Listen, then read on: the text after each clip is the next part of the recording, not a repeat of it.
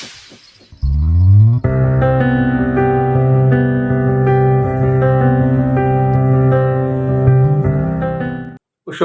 ప్రేమించు కాపరి ఉషా కిరణాలు ఉదయకాలపు వాక్య ధ్యానం నాకు మిమ్మల్ని ఆహ్వానిస్తున్నా. ప్రార్థన. మమ్మల్ని మిక్కిలిగా ప్రేమిస్తున్న పరలోకపు తండ్రి, ఈ ఉదయకాల సమయానికై వందనములు స్తోత్రములు చెల్లించుకుంటున్నాం. నీ కృపచేత మమ్మల్ని ప్రేమించి మరి యొక్క దినమును నీవు ఇచ్చి ఇలాగూ నీ వాక్యమును అనుగ్రహిస్తున్న కృప కొరకు స్తోత్రములు తండ్రి. ఈ ఉదయకాలమున నాతోనూ మాతోనూ మాట్లాడమని, వినగలిగిన చెవిని, గ్రహించుకునే హృదయాన్ని నీ కృపలో మాకు దయచేయమని యేసు పరిశుద్ధ నామమున అడిగి వేడుకుంటున్నాను పరమ తండ్రి, ఆమేన్. ఈ ఉదయకాలపు వాక్య భాగము లూకా సువార్త 19వ అధ్యాయము 1వ వచనం నుండి 4వ వచనం వరకు ఉన్న వాక్య భాగమును చదువుకుందాం. ఆయన సంచరించుచు యెరికో పట్టణములో ప్రవేశించి దాని గుండా పోవుచుండెను.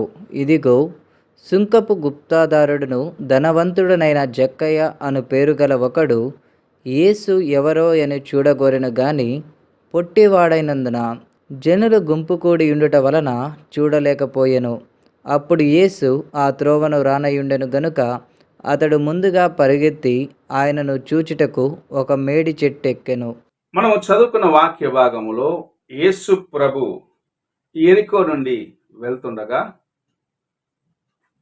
జక్కయ్య అనే ఒక వ్యక్తి యేసు ఎవరో చూడాలని ఆశించి ఆయన వెళ్ళే మార్గమున ఒక మేడి చెట్టు మీద ఎక్కి కూర్చొని ఉండటం చూడగలము.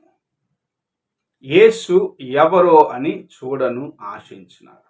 నీ జీవితంలో, నా జీవితంలో యేసు ఎవరో అని తెలుసుకునే ఆశ ఉన్నదా? 2000 సంవత్సరాల క్రితము భూమికి వచ్చి చనిపోయినాడు, సిలువ వేయబడ్డాడు, తిరిగి లేచినాడు అనే ఆ కార్యము మాత్రమే నీవు నీ హృదయంలో కలిగి ఉన్నావా? లేక యేసు ప్రభు నాకు రక్షకుడు, నా కోసమే సిలువలో బలి అయినాడు, నన్ను విమోచించేదానికి తన్ను తాను అప్పగించుకున్నాడు అని నీవు నీ హృదయమును దేవుని ఎదుట యథార్థముగా కాపాడుకుంటున్నావా? ఆయనను చూడాలి, ప్రతిదినము ఆయన కోసము జీవించాలా అన్న ఆశ కలిగి ఉన్నావా అని ప్రభు నీ ముందు ఒక ప్రశ్నను ఉంచుతూ ఉన్నాడు. ఈ దినమున నీవు నేను యేసు ఎవరో అని ఎరుగాల అని ప్రభు ఆశిస్తూ ఉన్నాడు. సంవత్సరాల తరబడి దేవుని వాక్యం విన్నాము, దేవుని వాక్యమును వింటూనే ఉన్నాము. విన్న వాక్యము నీలో ఎంతగా క్రియ చేస్తూ ఉన్నది? అనేక మంది సేవకులు యేసు ప్రభు యొక్క కార్యములు, ఆయన చేసిన కార్యములు, ఆయనలో నుండి వచ్చే విడుదల, ఆయనను రక్షకుడుగా అంగీకరించినప్పుడు నీ జీవితంలో నీవు కలిగే నిత్య సంతోషముల గురించి ప్రకటిస్తూ ఉన్నారు.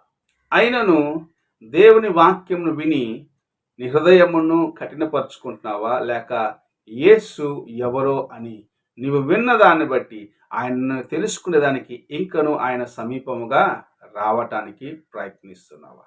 జక్కయ్య పొట్టివాడంట. ఆయన ఎత్తుకు ఆ జన సమూహములో యేసు ప్రభుని ఆయన చూడలేడు గనుక ఈ మార్గములో ఆయన వెళ్తాడు అని త్వరపడి ఒక చెట్టు మీద ఎక్కి కూర్చున్నాడు. నీవు ఇలాంటి సిద్ధపాటుతో దేవుని సన్నిధికి వస్తున్నావా? యేసు ఈ మార్గములో వెళ్తాడు, ఆయనను నేను చూడాలి అనగా యేసు ప్రభు యొక్క వాక్యము నన్ను ఈ దినము ఆయనకు సమీపముగా తీసుకొని రావాలని నేను ఆశిస్తున్నాను అనుకున్న రీతిగా దేవుని కోసము ఎదురు చూస్తూ ఉన్నావా? లేక ప్రతిసారి వచ్చే వాక్యమే కదా, దైవజనులు ఏదో ఒక వాక్యం చెప్తారు వింటాము అన్న రీతిగానే నీవు దేవుని సన్నిధిలో ఉంటున్నావా? జక్కయ్య ఆసక్తితో ఎదురు చూసినాడు. ఆ దినము యేసును చూసినప్పుడు తన యొక్క జీవితము మార్చబడినది. నీవు ప్రతిదినము దేవుని సన్నిధికి వస్తున్నావు, దేవుని యొక్క వాక్యం వింటున్నావు, నీ జీవితంలో మార్పు కలుగుచున్నదా? నీ జీవితము మారి ఇతరుల ఎదుట నీవు సాక్ష్యముగా ఉన్నావా? నీవు పరీక్షించుకోవాలి. జక్కయ్య యేసు ప్రభువును చూడాలని ఆశించినాడు. యేసు ప్రభు ఆయన ఇంటికి వస్తాను అని సెలవిచ్చినాడు. నీవు ఆయన చూసినట్లయితే నీ హృదయం అనే నీ నివాసములో ప్రభు ఉంటాను అని మాటిస్తూ ఉన్నాడు.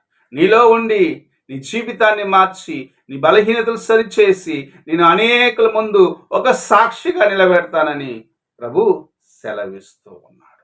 జక్కయ్య ఇంటికి వచ్చినప్పుడు తన అంతవరకు తన యొక్క జీవితం ఎలా ఉన్నదో కానీ ఆ దినము ఒక మార్చబడిన అనుభవంలోకి వచ్చినాడు. అంతవరకు ఎవరినైతే మోసగించినాడో, ఎవరి దగ్గర అయితే అన్యాయంగా డబ్బు తీసుకున్నాను అనుకున్నాడో వారికి 4 రెట్లు తిరిగి ఇస్తానని తన యొక్క నోటి ద్వారాగా ఒప్పుకున్నాడు.